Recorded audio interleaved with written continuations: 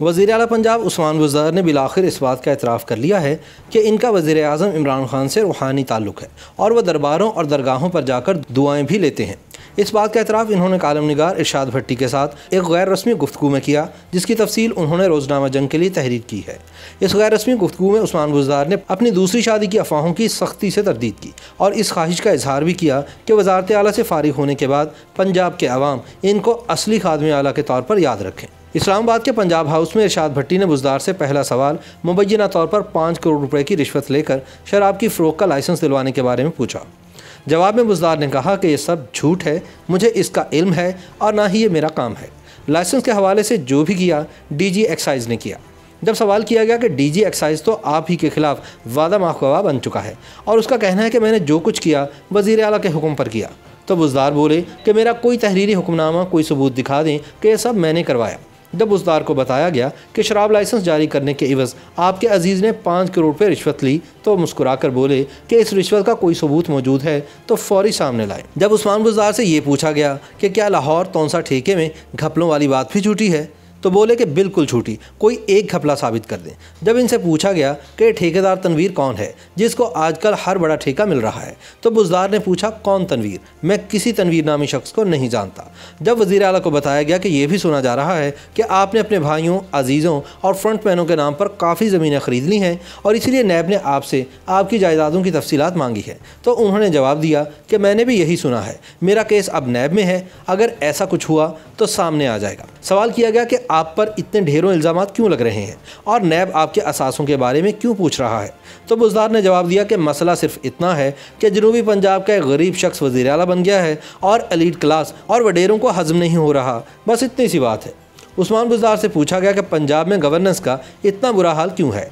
जवाब में बोले कि इन्होंने 2 बरस में बहुत कुछ किया है और अनकरीब सारी कारकर्दगी सामने लाएंगे। जब पूछा गया कि मसनूई महंगाई, बढ़ते जराइम, टूटी फूटी सड़कें, हर महकमे में करप्शन कहानियाँ, आटा, गंदम, चीनी बहरान, क्या ये है आपकी हुकूमती कारकर्दगी?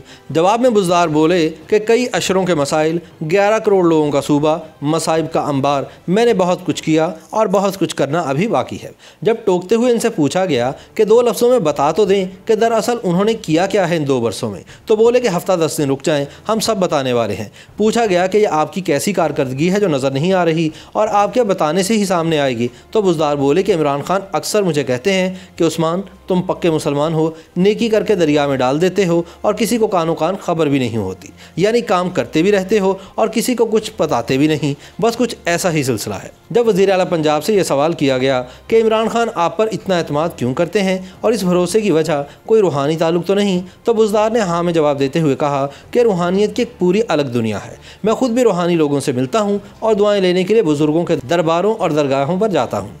जब बुज़दार से पूछा गया कि इन्होंने कभी ज़िंदगी में सोचा था कि वो पंजाब के वज़ीर आला बन जाएंगे, तो उन्होंने जवाब दिया कि बिल्कुल भी ऐसा नहीं सोचा था।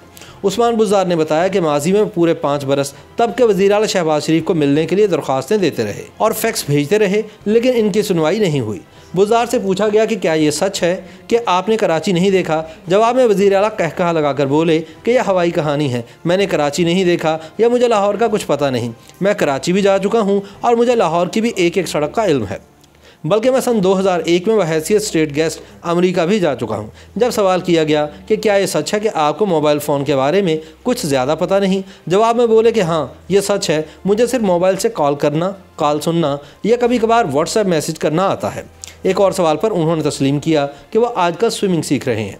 बोले कि ट्यूब की मदद के साथ स्विमिंग करके मुझे मज़ा आता है और मैं एंजॉय करता हूँ। जब इनसे पूछा गया कि क्या इन्होंने दूसरी शादी कर ली है, तो बोले कि नहीं, बिल्कुल भी नहीं, मेरी एक बीवी और 3 बेटियाँ हैं बस। जब पूछा गया कि आपकी क्या ख्वाहिश है कि जब आप वज़ारत आला से हटें तो लोग आपको कैसे याद रखें, तो उस्मान बुज़दार ने जवाब दिया कि मैं पंजाब का असली खादमे आला बनना चाहता हूँ और मेरी ख्वाहिश है कि लोग मेरे जाने के बाद भी मुझे असली खादमे आला के तौर पर याद रखें। दरिया इसनाद जियो टीवी के senior anchor person Munif Farooq के साथ एक टीवी इंटरव्यू में उस्मान बुज़दार ने कहा है कि मेरे जाने की अफवाहें फैलाने वाले सूबे और मुल्क को गैर मुस्तहकम करना चाहते हैं। अपोजिशन सड़कों पर आए या बाज़ारों में हमें फ़र्क नहीं पड़ता, मुझे वज़ीर आज़म का एतमाद हासिल है और कुछ लोगों को ये बात पसंद नहीं। पेशी के मौके पर नैब के रवैये के बारे में पूछे गए एक सवाल के जवाब में सरदार उस्मान बुज़दार ने कहा कि नैब का रवैया मेरे साथ ठीक था, लेकिन किसी को पॉलिटिकल ग्राउंड्स पर तंग करना मुनासिब नहीं। नैब के बारे में बात करते हुए उन्होंने कहा कि जब मेरे बारे में कोई बात होगी तो फिर मैं भी बात करूंगा। इनसे सवाल किया गया कि आप खुद को वसीम अकरम जैसा समझते हैं, शेरशाह सूरी जैसा, तो बुज़दार ने मुस्कुराते हुए जवाब दिया कि मैं जो कुछ भी हूँ आपके सामने मौजूद हूँ। YouTube पर गूगली न्यूज देखने के लिए youtube.com की सर्च बार में गूगली न्यूज TV टाइप करें। गूगली न्यूज के पेज पर सुर्ख रंग के सब्सक्रिप्शन वाले बटन पर क्लिक करना ना भूलिए। YouTube पेज पर अपलोड होने वाली वीडियोस से बाखबर रहने के लिए बेल आइकन पर क्लिक कीजिए। आपको हर नई वीडियो के बारे में नोटिफिकेशन मौसूल हो जाएगा।